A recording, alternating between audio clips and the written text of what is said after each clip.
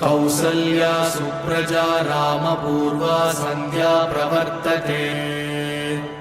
उत्तिष्ठ नरशार्दूल कर्तव्यं दैवमात्मिकम्। कौसल्या सुप्रजा रामपूर्वा सन्ध्या प्रवर्तते। उत्तिष्ठ नरशार्दूल कर्तव्यं दैवमात्मिकम्। उत्तिष्ठोत्तिष्ठ गोविन्द उत्तिष्ठ गरुडध्वज। उत्तिष्ठ कमलाकान्त त्रैलोक्यं मङ्गलं कुरु। मातः समस्त जगतां मधुकैटभारे। वक्षो विहारिणि मनोहर दिव्यमूर्ते। श्रीस्वामि निःश्रित जनप्रिय दानशीले। श्रीवेङ्कटेश दयिते तव सुप्रभातम्। तव सुप्रभातमरविन्दलोचने। भवतु प्रसन्नमुखचन्द्रमण्डले। विधिशङ्करेन्द्रवनिताभिरर्चिते। वृषशैलनाथ दयिते दयानिधे। अत्र्यादिसप्तऋषयः समुपास्य सन्ध्या। आकाशसिन्धुकमलानि मनोहराणि। आदाय पादयुगमर्चयितुं प्रपन्नाः। शेषाद्रिशेखर विभो तव सुप्रभातम्। पञ्चाननाब्ज भव षण्मुखवासवाद्याः। त्रैविक्रमादिचरितं विबुधास्तु वन्दी। भाषापतिः पठति वासरशुद्धिमाला। शेषाद्रिशेखर विभो तव सुप्रभातम्। ईषत्प्रफुल्ल सरसीरुहनारिकेलफूगद्रुमादिसुमनोहर पालिकानाम्। आवादिमन्दमनिलः सह दिव्यगन्धैः। शेषाद्रिशेखर विभो तव सुप्रभातम्। उन्मील्यनेत्रयुगमुत्तमपञ्जरस्ताः। पात्रावशिष्टकदलीफलपायसानि। भुक्त्वा सलीलमतकेलिसुखाः पठन्ति। शेषाद्रिशेखर विभो तव सुप्रभातम्। तन्त्री प्रकर्ष मधुरस्वनया विपञ्च। गायत्यनन्तचरितं तव नारदोऽपि। भाषा समग्रमसकृत्करसाररम्यम्। शेषाद्रिशेखर विभो तव सुप्रभातम्। भृङ्गावली च मकरन्दरसानुविद्धजङ्कारगीतनिनदैः सह सेवनाय। निर्यात्युपान्तसरसी कमलोदरेभ्यः। शेषाद्रिशेखर विभो तव सुप्रभातम्। योषागणेन वरदग्निविमध्यमाने। गोशालयेषु दधिमन्तनतीव्रघोषाः। रोषात् कलिं विदधते ककुभश्च कुम्भाः। शेषाद्रिशेखर विभो तव सुप्रभातम्। पद्मेशमित्रशतपत्रकतालिवर्गाः। हर्तुं श्रियं कुवलयस्य निजाङ्गलक्ष्म्या। भेरे निनादमिव बिभ्रति तीव्रनादम्। शेषाद्रिशेखर विभो तव सुप्रभातम्। श्रीमन्नभीष्टवरदाखिललोकबन्धो। श्री श्रीनिवास जगदेकदयैकसिन्धो। श्रीदेवतागृहभुजान्तर दिव्यमूर्ते। श्रीवेङ्कटाचलपते तव सुप्रभातम्। श्रीमन्नभीष्टवरदाखिललोकबन्धो श्री श्रीनिवास जगदेकदयैकसिन्धो श्रीदेवतागृहभुजान्तर दिव्यमूर्ते श्रीवेङ्कटाचलपते तव सुप्रभातम्।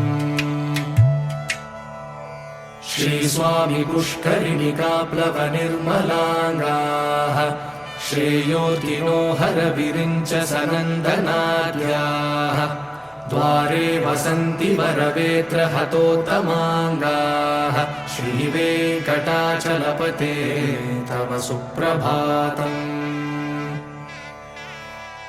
श्रीशेषशैलगरुडाचलवेङ्कटाद्रिनारायणाद्रिवृषभाद्रिवृषाद्रिमुख्या आख्यां त्वदीयवसतेरनिशं वदन्ति श्रीवेङ्कटाचलपते तव सुप्रभातम्।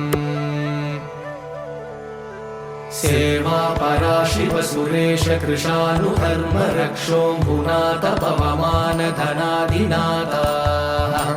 भद्राञ्जलिप्रविलसन्निजशीर्षदेशाः श्रीवेङ्कटाचलपते तव सुप्रभातम्। घाटेषु ते विहगराज मृगाधिराज नागाधिराज गजराज हयाधिराजाः स्वस्वाधिकारमहिमाधिकमर्दयन्ते श्रीवेङ्कटाचलपते तव सुप्रभातम्। सूर्येन्दुभौमबुधवाक्पतिकाव्यसौरिस्वर्भानुकेतुदिविषत्परिषत्प्रधानाः त्वद्दासदासचरमावधिदासदासाः श्रीवेङ्कटाचलपते तव सुप्रभातम्। त्वत्पादधूलिभरितस्फुरितोत्तमाङ्गाः स्वर्गापवर्गनिरपेक्षनिजान्तरङ्गाः कल्पागमाकलनयाकुलतां लभन्ते श्रीवेङ्कटाचलपते तव सुप्रभातम्। त्वद्गोपुराग्रशिखराणि निरीक्षमाणाः स्वर्गापवर्गपदवीं परमाश्रयन्तः मर्त्या मनुष्यभुवने मतिमाश्रयन्ते श्रीवेङ्कटाचलपते तव सुप्रभातम्। श्रीभूमिनायक दयादिगुणामृताब्धे देवादिदेव जगदेक शरण्यमूर्ते श्रीमन्ननन्त गरुडादिभिरर्चिताङ्घ्रे श्रीवेङ्कटाचलपते तव सुप्रभातम्। श्रीपद्मनाभ पुरुषोत्तम वासुदेव वैकुण्ठमाधव जनार्दन चक्रपाणे श्रीवत्सचिह्न शरणागत पारिजात श्रीवेङ्कटाचलपते तव सुप्रभातम्। कन्दर्पदर्पहर सुन्दर दिव्यमूर्ते कान्ताकुचाम्बुरुह कुट्मललोलदृष्टे कल्याण निर्मल गुणाकर दिव्यकीर्ते श्रीवेङ्कटाचलपते तव सुप्रभातम्। नीलाकृते कमठकोल नृसिंहवर्णिन् स्वामिन् परश्वत तपोधन रामचन्द्र शेषांश रामय गुणन्दन कल्किरूप श्रीवेङ्कटाचलपते तव सुप्रभातम्। येलालवङ्गगणसार सुगन्धितीर्थम् दिव्यं वियत्सरिति हेमघटेषु पूर्णम् धृत्वा द्यवैदिकशिखामणयः प्रहृष्टाः तिष्ठन्ति वेङ्कटपते तव सुप्रभातम्। भास्वानुदेति विकचानि सरोरुहाणि सम्पूरयन्ति निनदैः ककुभो विहङ्गाः श्रीवैष्णवा सततमर्थितमङ्गलास्ते नामाश्रयन्ति तव वेङ्कटसुप्रभातम् ब्रह्मादयः सुरवरासमहर्षयस्ते सन्तः सनन्दनमुखास्तव योगिवर्याः दामान्तिके तव हि मङ्गलवस्तु हस्ताः श्रीवेङ्कटाचलपते तव सुप्रभातम् लक्ष्मीनिवास निरवद्य गुणैकसिन्धो संसारसागर समुत्तरणैकसेतो वेदान्तवेद्य निज वैभव भक्तभोग्य श्रीवेङ्कटाचलपते तव सुप्रभातम् लक्ष्मीनिवास निरवद्य गुणैकसिन्धो संसारसागर समुत्तरणैकसेतो वेदान्तवेद्य निज वैभव भक्तभोग्य श्रीवेङ्कटाचलपते तव सुप्रभातम् इत्थं वृषाचलपतेरिह सुप्रभातम् ये मानवाः प्रतिदिनं पठितुं प्रवृत्ताः तेषां प्रभातसमये स्मृतिरङ्गभाजाम् प्रज्ञां परार्थसुलभां परमां प्रसूते इत्थं वृषाचलपतेरिह सुप्रभातम् ये मानवाः प्रतिदिनं पठितुं प्रवृत्ताः तेषां प्रभातसमये स्मृतिरङ्गभाजाम् प्रज्ञां परार्थसुलभां परमां प्रसूते कमलाकुचूषुककुङ्कुमतो नियतारुणितातुलनीलतनो कमलायतलोचनलोकपते विजयी भव वेङ्कटशैलपते कमलाकुचूषुककुङ्कुमतो नियतारुणितातुलनीलतनो कमलायतलोचनलोकपते विजयी भव वेङ्कटशैलपते सचतुर्मुख षण्मुख पञ्चमुख प्रमुखाखिल दैवतमौलिमणे शरणागत वत्सल सारहिते परिपालय मां वृषशैलपते अतिवेलतया तव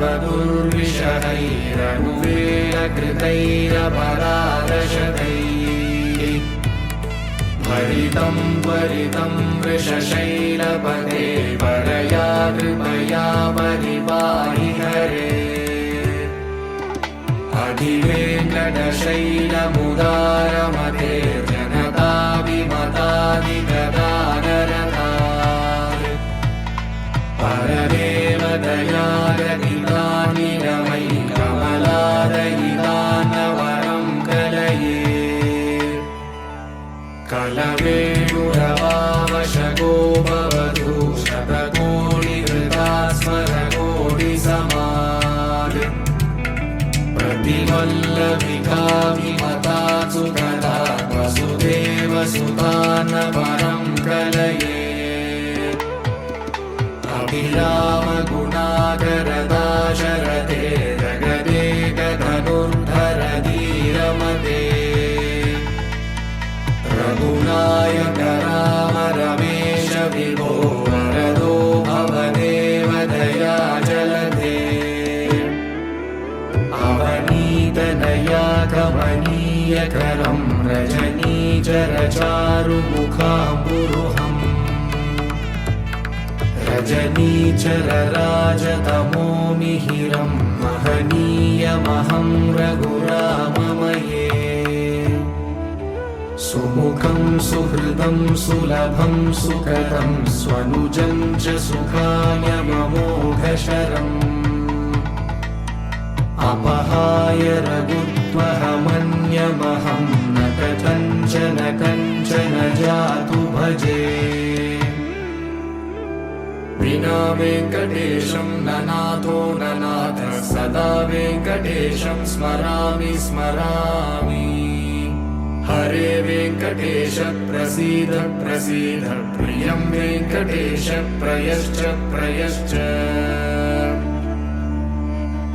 विना वेङ्कटेशं ननाथो ननाथः सदा वेङ्कटेशं स्मरामि स्मरामि हरे वेङ्कटेश प्रसीद प्रसीद प्रियं वेङ्कटेश प्रयश्च प्रयश्च अहं दूरदृष्टे पदाम्बोजयुग्म प्रणामे च यागत्य सेवां करोमि सकृत्सेवया नित्यसेवाफलं त्वं प्रयश्च प्रयश्च प्रभो वेङ्कटेश अज्ञानिना मया दोषान् शेषान् विहितान् हरे क्षमस्वत्वं क्षमस्वत्वं शेषशैलशिखामणे अज्ञानिना मया दोषान् शेषान् विहितान् हरे क्षमस्वत्वं क्षमस्वत्वं शेषशैलशिखामणे ईशानां जगतोऽस्य वेङ्कटपतेर्विष्णोर्परां प्रेयसीं तत्वक्षस्थलनित्यवासरसिकां तक्षान्तिसंवर्धिनी पद्मालङ्कृतपाणिपल्लवयुगां पद्मासनस्तां श्रियं वात्सल्यादिगुणोज्ज्वलां भगवतीं वन्दे जगन्मातरम् ईशानां जगतोऽस्य वेङ्कटपतेर्विष्णोर्परां प्रेयसीं तत्वक्षस्थलनित्यवासरसिकां तक्षान्तिसंवर्धिनी पद्मालङ्कृतपाणिपल्लवयुगां पद्मासनस्तां श्रियं वात्सल्यादिगुणोज्ज्वलां भगवतीं वन्दे जगन्मातरम् श्रीमन्कृपाजलनिधे श्रितसर्वलोकः सर्वज्ञशक्तनथ वत्सल सर्वशेषिन् स्वामिन् सुशीलसुलभाश्रितपारिजात श्रीवेङ्कटेश शरणं शरणं प्रपद्ये श्रीमन्कृपाजलनिधे श्रितसर्वलोकः सर्वज्ञशक्तनथ वत्सल सर्वशेषिन् स्वामिन् सुशीलसुलभाश्रितपारिजात श्रीवेङ्कटेश शरणं शरणं प्रपद्ये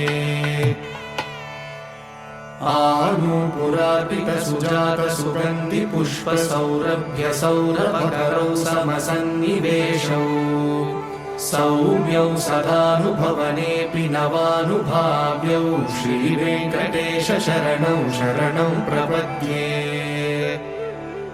सद्यो विकासि समुदित्वरसान्द्रनागसौरभ्यनिर्भरसरोरुहसाम्यवार्ताम् सम्यक्षु साहसपदेषु विलेखयन्तौ श्रीवेङ्कटेश शरणौ शरणं प्रपद्ये रेखामयध्वज सुधाकलशातपत्रवज्राङ्कुशाम्बुरुहकल्पकशङ्खचक्रैः भव्यैरलङ्कृतकलौ परतत्त्वचिह्नैः श्रीवेङ्कटेश शरणं शरणं प्रपद्ये ताम्रोदराद्युतिपराजितपद्मरागौ बाह्ये महोभिरविभूतमहेन्द्रनीलौ उद्यन्यकांशुभिरुदस्तशशाङ्कभासौ श्रीवेङ्कटेश शरणं शरणं प्रपद्ये सप्रेमभीतिकमलाकरपल्लवाभ्यां संवाहनेऽपि सपदि क्लममादधानौ कान्ता भवान् मनसगोचरसौ कुमार्यौ श्रीवेङ्कटेश शरणं शरणं प्रपद्ये लक्ष्मीमही तदनुरूप निजानुभावनीलादिदिव्यमहिषीकरपल्लवानाम् आरुण्यसङ्क्रमणतः किल सान्द्ररागौ श्रीवेङ्कटेश शरणौ शरणं प्रपद्ये नित्यानमद्विति शिवादिकिरीटकोटिः प्रद्युक्तदीप्तनवरत्नमहः प्ररोहैः नीराजनाविधिमुदारमुपाददानौ श्रीवेङ्कटेश शरणौ शरणं प्रपद्ये विष्णोपदे परम इत्युदितः प्रशंसौ यौ मध्ववुत्स इति भोग्यतयाभ्युपातौ भूयस्ततेति तव पाणितलः प्रदिष्टौ श्रीवेङ्कटेश शरणौ शरणं प्रपद्ये पार्थाय तत्सदृशसारथिना त्वयैव यौ दर्शितौ स्वचरणौ शरणं व्रजेति भूयोऽपि मह्यमिहतौ करदर्शितौ ते श्रीवेङ्कटेश शरणौ शरणं प्रपद्ये मन्मूर्तिकालियफणे विकटाटवेषु श्रीवेङ्कटाद्रिशिखरे शिरसिश्रुतीनाम् चित्तेऽप्यनन्यमनसां सममाहितौ ते श्रीवेङ्कटेश शरणौ शरणं प्रपद्ये अम्लानहृष्यतवनीतलकीर्णपुष्पौ श्रीवेङ्कटाद्रिशिखराभरणायमानौ आनन्दिताखिल मनोनयनौ तवैतौ श्रीवेङ्कटेश शरणौ शरणं प्रपद्ये प्रायः प्रपन्नजनता प्रथमावतार्यौ मातुस्तनाभिवशिशोरमृतायमानौ प्राप्तौ परस्परतुलामतुलान्तरौ ते श्रीवेङ्कटेश शरणौ शरणं प्रपद्ये सत्त्वोत्तरैः सततसेव्यपदाम्बुजेन संसारतारकदयाग्रगृगञ्जलेन सौम्योपयन्तृमुनिनामवदर्शितौ ते श्रीवेङ्कटेश शरणौ शरणं प्रपद्ये सत्त्वोत्तरैः सततसेव्यपदाम्बुजेन संसारतारकदयाग्रगृगञ्जलेन सौम्योपयन्तृमुनिनामवदर्शितौ ते श्रीवेङ्कटेश शरणौ शरणं प्रपद्ये श्रीशश्रिया घटिकया त्वदुपाय भावे प्राप्ये त्वयि स्वयमुपेयतया स्फुरन्त्या नित्याश्रिताय निरवद्य गुणाय तुभ्यं शां किङ्करो वृषगिरीश न जातु मह्यम् श्रीशश्रिया घटिकया त्वदुपाय भावे प्राप्ये त्वयि स्वयमुपेयतया स्फुरन्त्या नित्याश्रिताय निरवद्य गुणाय तुभ्यं शां किङ्करो वृषगिरीश न जातु मह्यम् श्रियकान्ताय कल्याणनिलये निलयेऽर्तिना श्रीवेङ्कटनिवासाय श्रीनिवासाय मङ्गलम् श्रियकान्ताय कल्याणनिलये निलयेऽर्तिना श्रीवेङ्कटनिवासाय श्रीनिवासाय मङ्गलम् लक्ष्मी सविभ्रमालोकशुभ्रुविभ्रमचक्षुषे चक्षुषे सर्वलोकानां वेङ्कटेशाय मङ्गलम् श्रीवेङ्कटाद्रिशृङ्गाग्रमङ्गलाभरणाग्रये मङ्गलानां निवासाय श्रीनिवासाय मङ्गलम् सर्वावयवसौन्दर्यसम्पदा सर्वचेतसा सदा सम्मोहनायास्तु वेङ्कटेशाय मङ्गलम् नित्याय निरवध्याय सत्यानन्दचिदात्मने सर्वान्तरात्मने श्रीमद्वेङ्कटेशाय मङ्गलम्।